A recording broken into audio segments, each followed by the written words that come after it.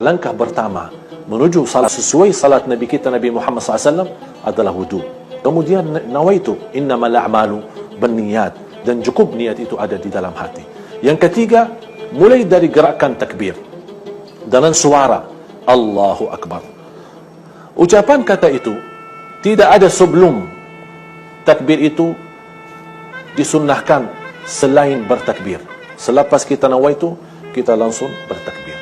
Dan contoh yang dicontohkan oleh Rasulullah SAW, posisi tangan kita saat kita bertakbir seperti ini. Ada juga contohnya mendekati telinga seperti ini. Tapi yang kita selalu perhatikan, sepertinya orang mau salat tapi malas laksanakan salat. Begitu dia masuk dalam salatnya, Allahu Akbar. Tapi tangannya di mana? Mana ada takbirnya di sini? Jadi begini aja. Dia merasa keberatan mengangkat tangannya di posisi yang benar, yang sudah dicontohkan oleh Rasul kita sallallahu alaihi wasallam. Ada dua posisi.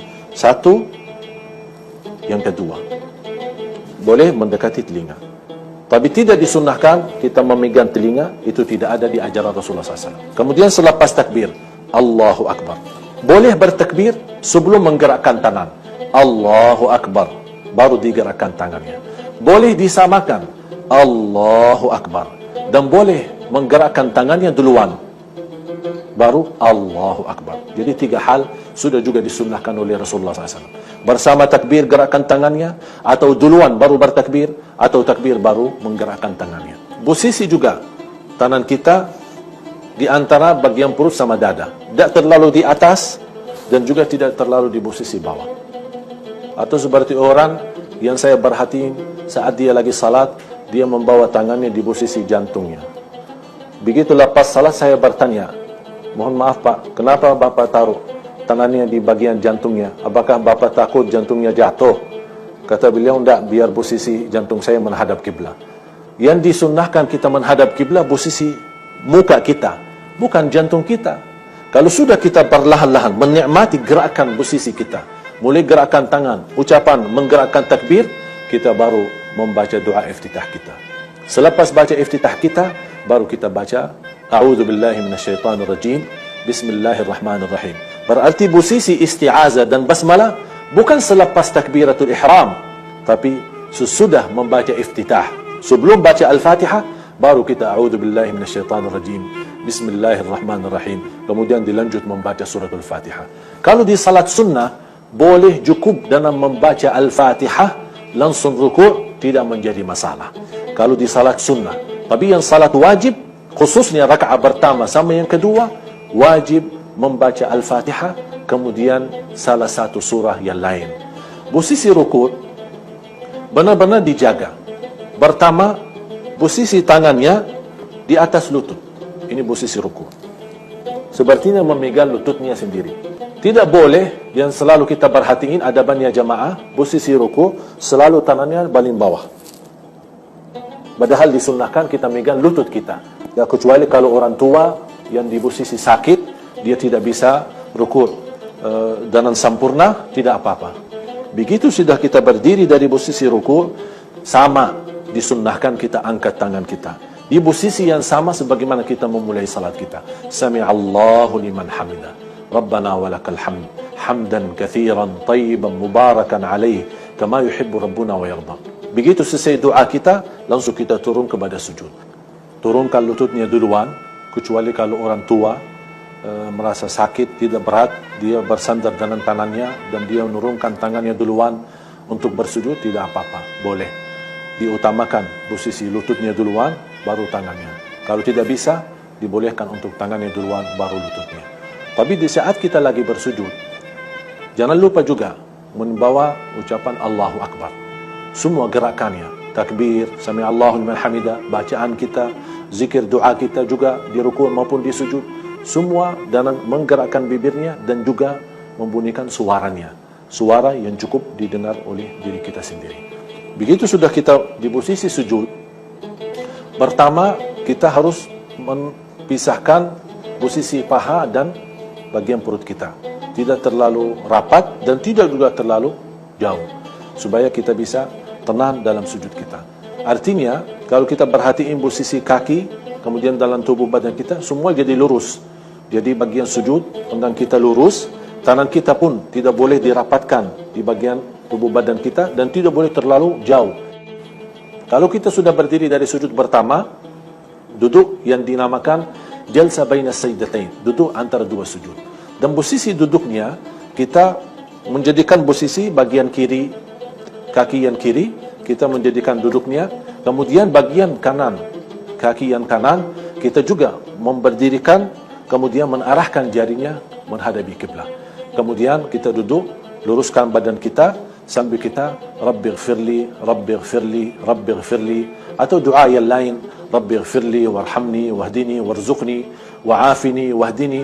Ada beberapa doa yang sudah dicontohkan oleh Rasul kita sallallahu alaihi wasallam. Begitu kita selesai, selepas selesai sujud yang kedua, begitu kita berdiri untuk melanjut ke rakaat yang kedua, ada dua hal disunnahkan.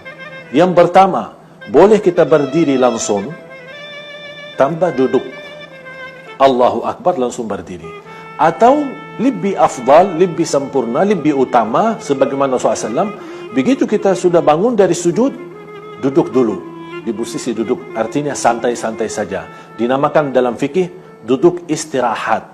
Duduk istirahat sejenak, sebentar saja, baru kita lanjut berdiri lagi di rakaat yang kedua. Tetap di posisi angkat tangannya Allahu Akbar, baru kita lanjut bacaan kita. A'udzu billahi minasyaitonir rajim, tidak perlu diulangi lagi karena isti'azah cukup untuk membuka salat kita. Kalau sudah di waktu tahiyat, posisi duduk di waktu tahiyat ada dua cara. Bisa kaki yang kanan, yang kiri menjadikan posisi duduk. Kemudian yang kanan diberdirikan, jarinya tetap menghadap kiblat. Atau bisa juga bagian kaki yang kiri di bawah kaki yang kanan. Dua posisi dibolehkan dan disunnahkan oleh Rasulullah sallallahu alaihi wasallam. Walaupun lebih utama dan lebih afdal di posisi duduk seperti duduk di antara dua sujud. Karena kalau dua rakaat, duduknya sama dengan duduknya di antara dua sujud. Tapi kalau lebih daripada dua rakaat, baru dibolehkan bagian kaki yang kiri di posisi di bagian kaki yang kanan. Kemudian di saat kita di posisi tahiyat, sering terjadi persoalan, perbedaan antara jamaah soal gerakan jarinya. Mana yang benar? Supaya saya jelaskan, menggerakkan jari di posisi tahiyat itu namanya sunnah. Artinya apa? Kalau kita di posisi tahiyat tidak menggerakkan jarinya sama sekali, salat kita sah. Rasulullah sallallahu alaihi wasallam banyak riwayat dan mencontohkan. Di mazhab Imam Maliki, gerakan jarinya merupai tawaf. Itu pendapatnya mazhab Maliki.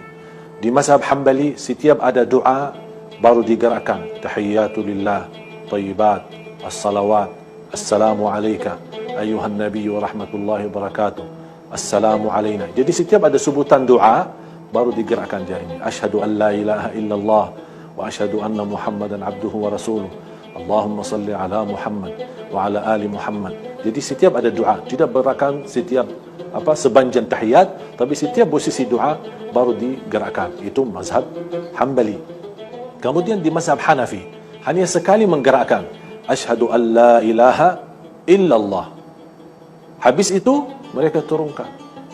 Jadi habis kalimat syahadat asyhadu an la ilaha illallah wa asyhadu anna Muhammadan abduhu wa rasuluh, diturunin kembali. Sepanjang tahiyat itu tidak ada gerakan lain. Itu di mazhab Imam Hanafi atau mazhab Abu Hanifah. Kemudian yang keempat yang kita jaga, yang kita punya kebiasaan adalah mazhab Imam Syafi'i. Kalau di mazhab Imam Syafi'i baru mulai menggerakkan bukan di awal tahiyat. Kita baca tahiyat dalam posisi mendiamkan jarinya. Tahiyatus salawatut tayyibatul mubarakat. Assalamu alayka ayuhan nabi wa rahmatullahi wa barakatuh. Assalamu alayna wa ala ibadillahis salihin.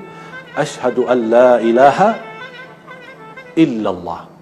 Mulai dari kata illallah baru diangkat jarinya.